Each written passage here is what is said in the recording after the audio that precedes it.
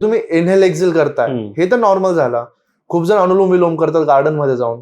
तर याच्यामध्ये खूप लोक काय करतात, गार्डन मध्ये जे बसलेले लोक असतात ना, तुम्ही बघणार त्यांच्याकडे एकदा की ते आजूबाजूला ज्या गोष्टी चाललेल्या असतात ना त्यांच्याकडे त्यांचं जास्त लक्ष राहतं अनुलोम विलोम पेक्षा. की आपले मित्र बसले, 4-5 मित्र बसले, त्यांच्या गप्पा गोष्टी चाललेल्या आहे, एखाद्या टॉपिकवरती डिस्कशन चाललेलं आहे. तर बेसिकली बघायला गेलो अनुलोम विलोम साठी आपल्याला खूप शांतता लागते. तुम्हाला तुमची स्वतःची ब्रिदिंग फील करता आली पाहिजे. आता तुम्ही रनिंग करताय, रनिंग करताना श्वास खालीवर होणारच आहे, तर त्याला कंट्रोल करणं म्हणजे तुमचा प्राणायाम आहे. तुम्ही रनिंग करा पण श्वासावर पण नियंत्रण ठेवा. ओके. की म्हणजे लाईक आता प्राण प्लस आयाम.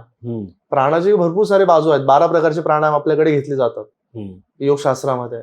पण आपण त्याच्यातले करतो ते 1 किंवा 2च करतो. एक तर कपालभाती म्हणून माहिती असेल, त्याचे आताच्या कंडिशनला कपालभाती करून ठेवलेला आहे. कपालभातीचा संस्कृत शब्द नाहीच आहे. कपालभाती म्हटलं जातं.